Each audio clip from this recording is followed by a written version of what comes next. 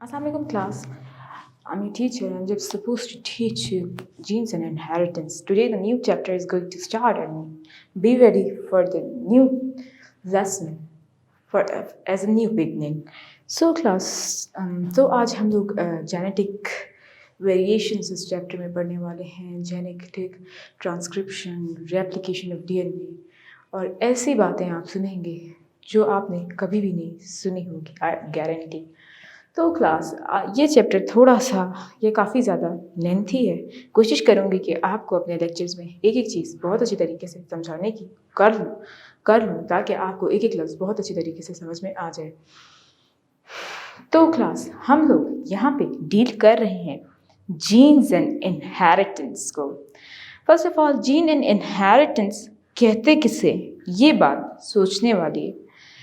Jeans and inheritance, हम लोग jeans उन चीज़ों को कहते हैं जो आपके बनाने में हेल्प किया है. मतलब कि जीन्स ये बात डिसाइड करती हैं कि आपकी शक्ल किस पे जाने वाली थी जब आप अपनी अम्मी के पेट में थे. वजह ये थी कि यहाँ पे ये बात बताई है कि एक नहीं दो लोग हैं, यानी कि दो लोगों ने एक बेबी की शक्ल को बनाने में हेल्प की है. तो उनकी एक मदर की जीन्स, एक फादर की जीन्स मिलके एक बेबी की शक्ल बनाती है. अक्सर आइज़ आपके वालिद से, या फेस शेप आपकी वालिदा से, या कुछ हरकतें आपकी वालिदा और वालिद से मिलती होती हैं, या फिर आपकी दादा दादी से भी काफ़ी चीज़ें आपकी मिलती आई हैं. Genes and their role in the biological inheritance. Have you ever had a fascinating experience that a stranger had recognized you at glance, that whose child you are and those whose sib you are? तो class अक्सर लोग मेरी वालदा को देख के, ये मेरी दोस्त है पहले से ही, अगर वो उनसे मिली नहीं थी होती तो वो पहले से ही बोल देती कि आप क्या लाइबा की अम्मी हैं. वजह ये है कि अक्सर लोग आपको देखते ही पहचान जाते हैं कि आप किसके बच्चे हैं, क्योंकि आपकी शक्ल किससे मिलती हुई नज़र आती है. What's your charming smile that of your mother, and your face line was like that of your father? Have you ever noticed which of your features, your hair, your eye, your nose, or grandpa's? Your observation is perfectly right. You resemble with your parents, and they resemble with their parents, and there is a unique, fundamental phenomenon of life. A cub looks like a lion, and a kitten like a cat, a puppy like a dog, and a froglet like a frog. This likeness, generation after generation, is due to heredity. Heredity is the passing on the characteristics of parent to the children. तो class अब हम deal कर रहे हैं बहुत ज़्यादा important चीज़ के साथ, जीन्स एंड इनहेरिटेंस. बुक में भी वही बातें लिखी हैं जो भी मैंने 2 सेकंड पहले बोली. अक्सर आपको लोग देख के ही पहचान जाते हैं कि आप किसके बच्चे हैं. अक्सर लोग ये भी कहते हैं कि ओह तुम्हारी चार्मिंग स्माइल, आपके चेहरे की खूबसूरत मुस्कुराहट सिर्फ और सिर्फ आपकी वालदा की जैसी हो सकती है, या आप 80% तो वालदा से ही मिलती हैं. लेकिन आपकी फेस लाइन, अक्सर अगर आपको कोई बोले कि आपकी फेस लाइन आपके वालिद से मिलती है, या आपकी ग्रैंडपा यानी दादा से आपकी शक्ल कितनी मिलती है. तो क्लास वालिदैन, दादा दादी, नाना नानी और ये सब ख़ानदान के कुछ ऐसे लोग होते हैं जिनसे आपकी शक्ल बहुत ज़्यादा मिलती हुई नज़र आती है. अक्सर लोग आपको बोलते हैं कि आपकी शक्ल बहुत ज़्यादा खूबसूरत है और आपकी आंखें आपकी वालदा से बहुत ज़्यादा मिल रही हैं. ये बातें मैं इसीलिए बोल रही हूँ ताकि आपको ये बात क्लियर हो कि वजह क्या है जो आपकी शक्ल आपके वालिदैन से मिल रही होती है. तो क्लास ये भी इनहेरिटेंस की वजह से होता है। हेरिडिटी मटेरियल जो एक इंसान की बॉडी में होता है वो अपनी बच्चों की बॉडी में चला जाता है। फिर आपकी शक्ल आपके वालिदैन से मिलती हुई नज़र आती है। इससे पहले आपकी शक्ल आपके वालिदैन की शक्ल आपकी आपके दादा दादी यानी नाना नानी के साथ मिलती हुई नज़र आ रही होती है। तो क्लास आपको ये बात कंफर्म हो चुकी होगी कि मैंने बताने की कोशिश क्या कर रही हूँ। तो क्लास शक्ल अगर आपकी किसी से भी मिल रही है तो याद रखना कि आपकी शक्ल में कुछ ऐसी बात है जो आपके वालिदैन ने आपको जेनेटिकली दी है। इसी तरीके से एक डॉगी का यानी डॉग का बेबी पपी बिल्कुल अपने वालिद जैसा या वालदा जैसा होता है। इसी तरह से एक बिल्ली का बच्चा बिल्ली से किस तरीके से मिलता है ये भी आपको पता होना चाहिए, क्योंकि एडल्ट हो गए वो तो काफ़ी ज़्यादा एक दूसरे से मिलने शुरू हो जाते हैं। इसी तरह से एक छिपकली का भी बच्चा अपनी माँ अपने बाप से मिलता हुआ नज़र आता है। इस सारे प्रोसेस को हेरिडिटी कहते हैं। हेरिडिटी मिलने को कहते हैं जब कुछ कैरेक्टरिस्टिक्स ऑफस्प्रिंग के साथ आपकी शक्ल मिलने शुरू हो जाती है, यानी औलाद की शक्ल उनके वालिदैन के साथ मिलती हुई नज़र आ रही होती है। याद रखें कि हम इधर हेरिडिटी के साथ डील कर रहे हैं। तो हेरिडिटी आपके वालिदैन से आप लोग की शक्ल किस तरीके से मिल रही होती है उस सब को पढ़ा जाता है। तो क्लास आज अभी इस लेक्चर में मैंने आपको 90% इस बात की नॉलेज दी कि शक्ल आपके वालिदैन से किस लिए मिल रही होती है। Life is in every organism, every character, structure, function, metabolism, behavior, levels of organization. A biological organization is programmed and controlled by the instruction of these form of code, biological information called genes. Genes आपकी शक्ल किस पे गई है ये बात तो heredity बता रही है। आपकी बॉडी के अंदर का प्रोसेस, फॉर एग्जांपल लाइक आपको बुखार हो है या फिर आपको भूख लगी है, आपको खुराक की ज़रूरत है, आपकी बॉडी के अंदर सारे प्रोसेस को कंट्रोल करने वाले जीन्स होते हैं। ये एक स्पेशल कोड होता है जो एक एनिमल से दूसरे एनिमल में भी ट्रांसफ़र होता है, लेकिन ये जिस्म के अंदर एक कोड कायम रखे हुए होता है कि जिस्म के अंदर क्या क्या हो रहा है। You have received your genes from your parents and they have received their genes from their parents. Thus you are the sibs. Thus your sibs shared many genes of your parents and even of your grandpas. Inherited characters are determined by genes. इसमें ये बात बताया है कि आपका jeans आपके parents से आए हैं, आपके वालिदैन से आपके जीन्स आए हैं और उनके वालिदैन से उनके जीन्स आए हैं, और अक्सर आपके बहन भाइयों में आपके दादा या दादी के जीन्स भी ट्रांसफ़र हो रहे होते हैं, यानी फोर फादर जनरेशन आगे चलती चलती चली जाती है। और ये रीज़न है जीन्स की ट्रांसफरेशन का। जीन्स ही जेनेटिक मेकअप यानी शक्ल को बनाने का काम कर रहे होते हैं। इसके अलावा ये बॉडी के अंदर होने वाले प्रोसेस को भी अच्छे तरीके से देखे हुए होते हैं। You have received your genes from your okay. These are the transmitted generation to generation. These genes Heredity is the way genes transmit the traits from the parents to the offspring. इसमें heredity के बारे में एक बड़ी सी description दी हुई है, यानी एक ऑफस्प्रिंग का सब कुछ। हेरिडिटी एक ऐसा वे है जिसमें जीन्स अपने ऑफस्प्रिंग के अंदर पेरेंट्स की सारी इंफॉर्मेशन डाल रहे होते हैं, यानी कि आपकी इंफॉर्मेशन हेरिडिटी के ज़रिए एक पेरेंट से ऑफस्प्रिंग में चली जाती है, यानी वालिदैन ऑफस्प्रिंग में हेरिडिटी मटेरियल यानी जीन्स डाल रहे होते हैं। हेरिडिटी मटेरियल हम लोग जीन्स को कहते हैं। The word genetics is derived from genes. Genetics is the science of heredity. It is the study of structure and behavior of genes. Gene is the basic unit of biological information. Gene deals with the transfer of biological information from genes from parents to the offspring, from generation to generation. इसमें ये बात बताई है कि jeans heredity material को कहते हैं, तो जीन्स के बारे में पढ़ने को हम जेनेटिक्स कहते हैं।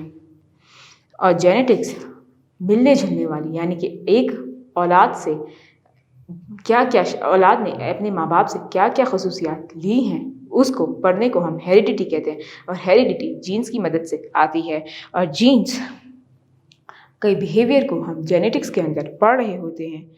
तो जीन हम लोग बेसिकली कहते किसे हैं, जो बेसिक यूनिट है बायोलॉजिकल इन्फॉर्मेशन का, यानी कि ऑफस्प्रिंग के अंदर, यानी एक औलाद के अंदर क्या क्या शक्लें, क्या क्या खुसूसियात आने वाली हैं, उसको हम बायोलॉजिकल इन्फॉर्मेशन कहा जाता है।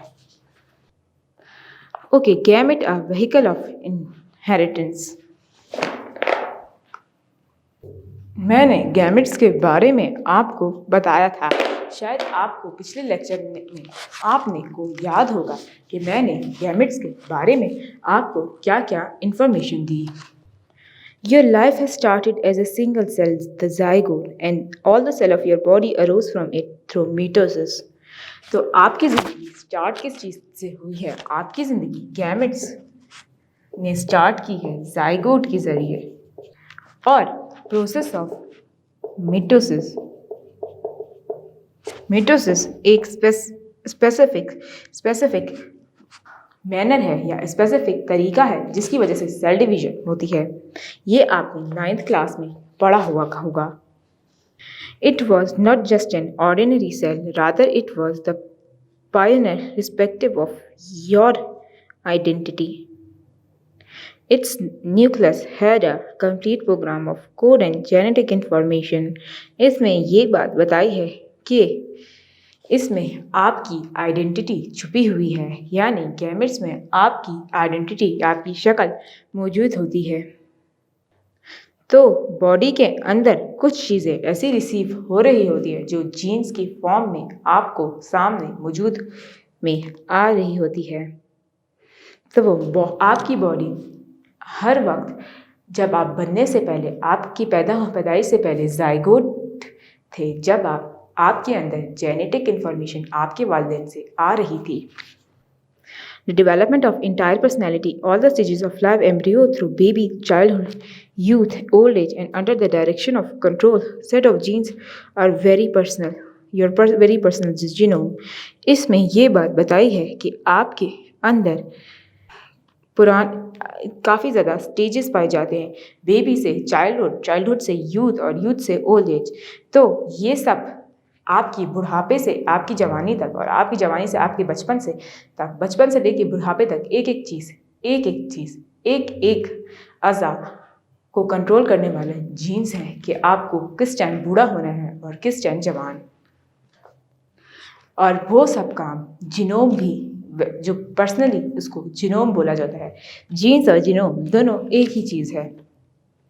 How your zygote is formed? Yes, it was formed by the fertilization of your paternal and maternal gametes. इसमें ये बात है कि आप लोगों की पैदाइश आपकी फर्टिलाइजेशन से हुई। आप कैसे फर्टिलाइज हुए? अपने पेरेंट्स के गैमेट्स की वजह से। There are two tiny cells, a sperm and an egg. An egg provided only possible physical link between you and your parents. तो स्पर्म और एग मिल के एक तरह से दो पेरेंट्स के सेल्स होते हैं जो आपकी पैदाइश में आपकी हेल्प करते हैं, जो आपके और आपके पेरेंट्स में रिजेम्बलेंस का बायस होते हैं। Anything to be transmitted between the generation must pass through the cell. जो आपकी जनरेशन में पास हो जाए, वो चीज़ जो चीज़ आपकी जनरेशन में पास होती चली आ रही है, उस चीज़ को हम लोग सेल के अंदर पढ़ते हैं। The most significant structure in the nucleus are chromosomes. बहुत ज़्यादा इम्पॉर्टेंट स्ट्रक्चर न्यूक्लियस के अंदर क्रोमोसोम्स कहलाता है।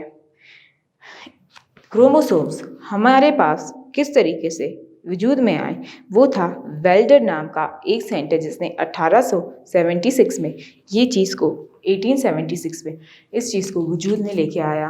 क्रोमोसोम्स जेनेटिक मेकअप होता है। जीन्स बहुत सारे एक होते हैं, अगर हम एक जीन को उठा लें तो वो एक क्रोमोसोम कहलाता है।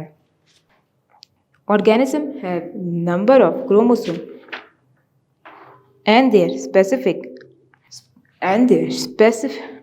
chromosomes specific to their species. Each kind of organism has specific number of chromosomes. This is the number remain constant in all the individual of species generation after generation. इसमें ये बात बताया है कि क्रोमोसोम्स आपके जिस्म में एक ही तादाद के रहते हैं, लेकिन वो एक स्पीशी से दूसरी स्पीशी बनाने के काम आते हैं और ये जनरेशन टू जनरेशन चलता चला आ रहा है। अक्सर एक वक्त की बात है कि दो बहुत खूबसूरत वालिदैन थे, लेकिन उनकी औलाद बहुत ज़्यादा बदसूरत और बुरी शक्ल की बनी। तो इस बात से ये पता चला कि उनकी ये सब इसीलिए हुआ है क्योंकि उनके परदादा एक अफ्रीकन थे। The nucleus of your zygote, each somatic cell of your body that arose from it contained 46 chromosomes. तो इसमें ये बात बताई है कि जाइगोट के अंदर सोमैटिक सेल मौजूद होते हैं और उसके अंदर 46 क्रोमोसोम्स वजूद में आ जाते हैं। 46 क्रोमोसोम्स 23 के पेयर्स होते हैं।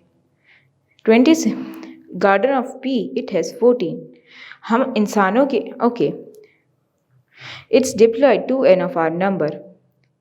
The chromosomes are in form of pairs. The two chromosomes which are similar to the shape and size centromeres and homologous pair, दो को homologous pair बना, मतलब कि इसमें होमोसेपियंस के बारे में भी जिक्र है। Homo sapiens similarly frogs species 20। हम इंसान में 23 पेयर्स होते हैं क्रोमोसोम्स के और फ्रॉग में 26 होते हैं और गार्डन पी हम लोग मटर के दाने को कहते हैं, उसके अंदर 14 होते हैं। क्रोमोसोम्स इस तरह के होते हैं, इसके दरम्यान में सेंट्रोमियर होता है। तो क्लास इसमें ये लिखा है कि वैसे तो इंसानी जिस्म में 46 क्रोमोसोम्स होते हैं, 23 पेयर्स की फॉर्म में गिने जाते हैं। इस तरह की पेयर्स अगर इसको एक किया जाए तो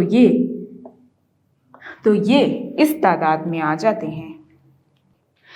46 chromosomes are actually 23 pairs of homologous chromosomes. Each member of homologous pair is called homologue.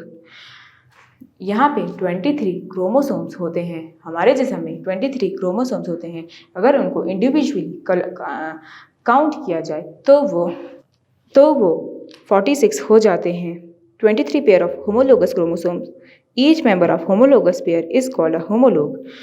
23 pairs homologous chromosomes के होते हैं। ये हर पेयर को एक होमोलोग कहलाता है।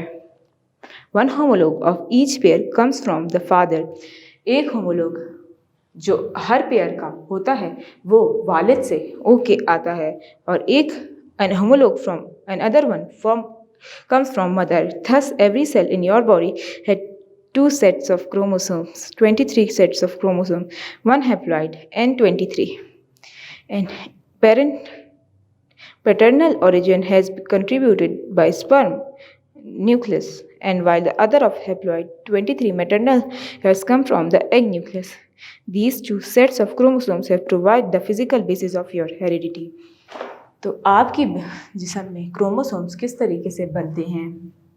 ये स्पर्म है, इसके अंदर जेनेटिक मटेरियल पहले से मौजूद है और ये जाइगोट है, उसके अंदर जेनेटिक मटेरियल भी पहले से मौजूद है। जब ये दोनों एक दूसरे के साथ मिल जाते हैं तो अपने क्रोमोसोम्स 46 क्रोमोसोम्स होते हैं जो एक सिंगल को के साथ 23 पेयर्स, और इनको अलग से अगर किया जाए तो ये 23 पेयर्स नहीं बल्कि 46 टोटल सिंगल, यानी एक सिंगल के साथ हम लोग 46 और 2 डबल के साथ पेयर्स की फॉर्म में 23 होते हैं।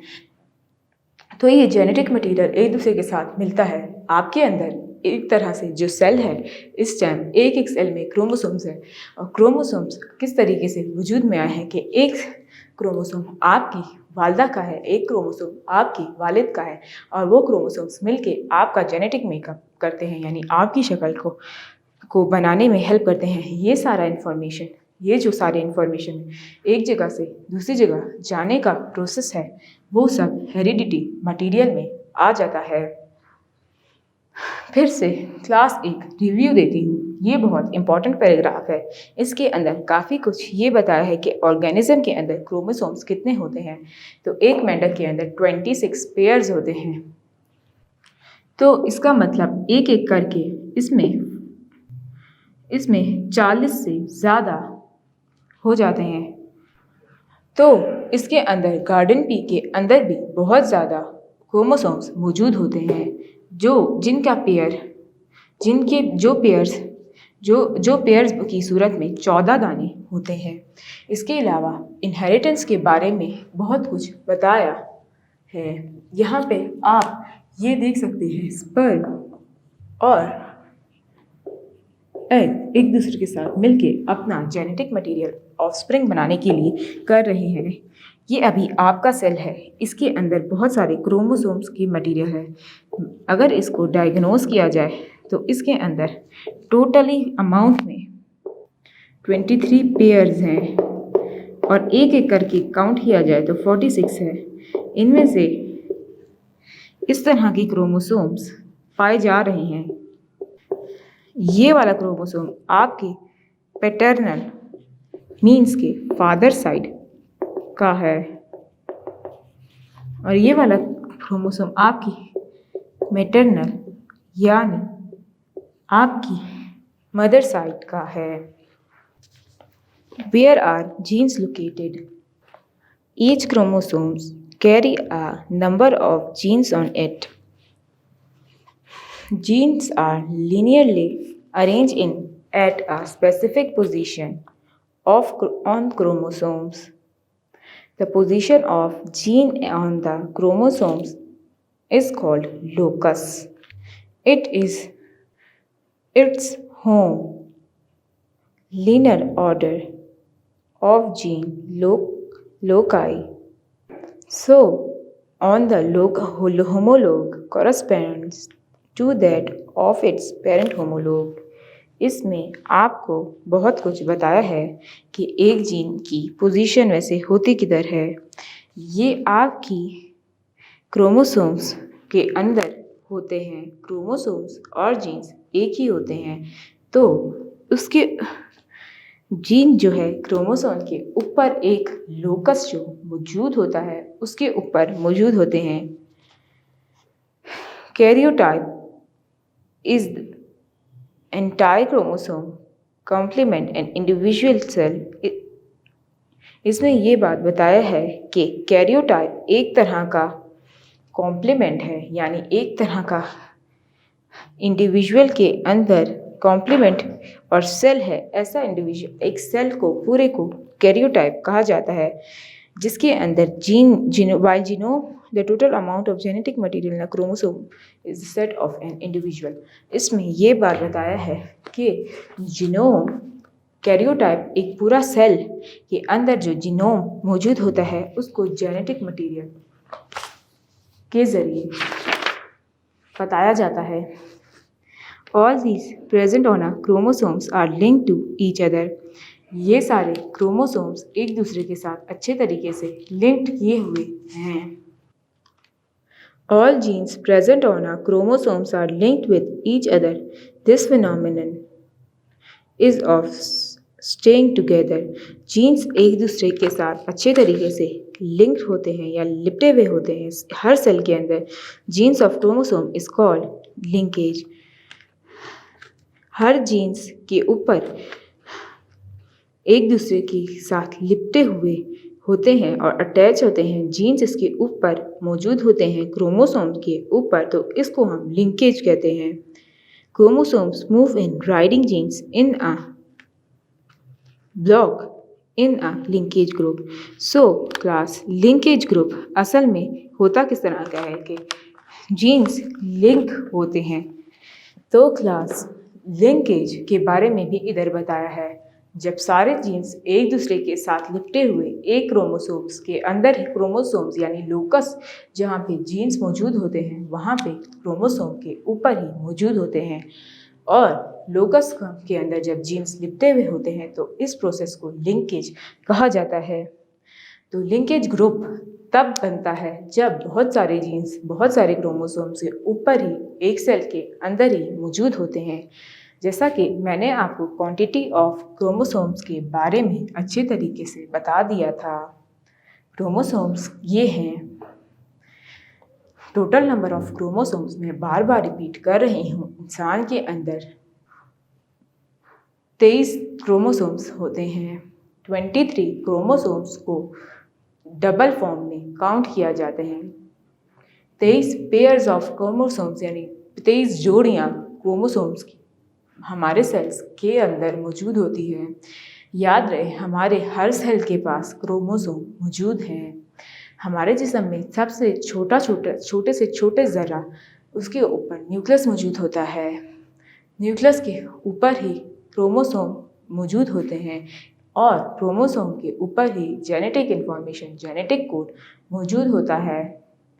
याद रखिए कि हम यहाँ पे सिर्फ और सिर्फ जीन से लिंक्ड की चीज़ें पढ़ रहे हैं जो बेहद ज़्यादा इम्पॉर्टेंट है। तो क्लास आपको शायद ये बात क्लियर हो गई हो।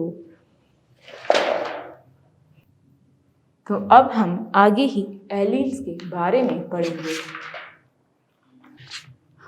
ओके क्लास, अब हम एलील्स के बारे में पढ़ने जा रहे हैं। Alleles are their origin impact. Like chromosomes form the parent gene pair called alleles. Each allele of genes pair occupies same gene locus to respective homologue. The partner genes or the alleles may be identical to each other true copies or slightly different from each other altered copies. These alternative forms of genes arise by a sudden change in the structure of a gene. This is called gene mutation. Gene A mutation.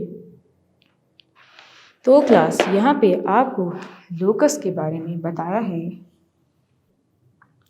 ये वो जगह है जहाँ पे jeans मौजूद होते हैं जो जेनेटिक कोड रखे हुए होते हैं। तो ये यहाँ पे लोकस के बारे में बताया है कि जीन्स एक क्रोमोसोम के ऊपर प्रेजेंट होंगे तो ये जगह होगी। इसके अलावा इसके अंदर बहुत कुछ ये ऐसी बातें बताई हैं जो ट्रू कॉपीज़ के बारे में हैं, यानी कि आपके वालिदैन के क्रोमोसोम्स जब आपको बनाने का अमल कर रहे होंगे तो ये जेनेटिक मेकअप का प्रोसेस ये 2 क्रोमोसोम्स कर रहे हैं। हर एक क्रोमोसोम के एक इस पार्ट को एलील कहा जाएगा। तो एलील्स इन दोनों को कहा जाएगा, एक को एलील कहा जाएगा। और ये genetic material genetic information mutation के ज़रिए एक ज़ायगोट में ट्रांसफ़र हो रही है तो वो जीन म्यूटेशन कहलाता है। और एलील्स अपने पे एक मदर एक फादर कि एक जीन को उठा के एक पूरा ज़बरदस्त सा पेयर बना रहे हैं जो डॉटर सेल में मौजूद होगा, जिसमें ये फादर का और ये मदर का होगा। तो क्लास इस चैप्टर में हम सब जेनेटिक वेरिएशन यानी आपकी आंखें, आपकी शक्ल और आपकी सूरत किस से सबसे ज़्यादा मिलती है, तो हम इस लेक्चर में यही सब पढ़ेंगे। तो क्लास मैंने आज आपको एलील्स और जेनेटिक इन्फॉर्मेशन जीन्स के बारे में, लोकस और क्रोमोसोम्स के बारे में बताया। तो मैंने आपको इनकी पोजीशन और इनकी जगह के बारे में भी बताया कि ये असल में मौजूद कहाँ होते हैं। तो इस लेक्चर में मैंने आपको 100% सारी इन्फॉर्मेशन बिल्कुल एक्यूरेट और बिल्कुल सही तरीके से दी, जो आपकी बुक में रखा हुआ था वही सब कुछ दिया। तो क्लास जीन म्यूटेशन होती कैसे है, मैं यहाँ पे ए है, यहाँ पे बी है, यहाँ पे ए है, यहाँ पे ए है, यहाँ पे बी है, यहाँ पे स्मॉल बी है। तो ये स्मॉल ए कैपिटल ए के साथ म्यूटेट करेगा और ये वाला इसके साथ म्यूटेट करेगा। यही टेंडेंसी है कि ये एक दूसरे को क्रॉसिंग ओवर के साथ ही अपने बेबी के अंदर सारी इंफॉर्मेशन ट्रांसफ़र करें। होप सो आज का लेक्चर आपको क्लियर होगा। फिर मुलाकात होगी अगले लेक्चर में। अल्लाह हाफिज़।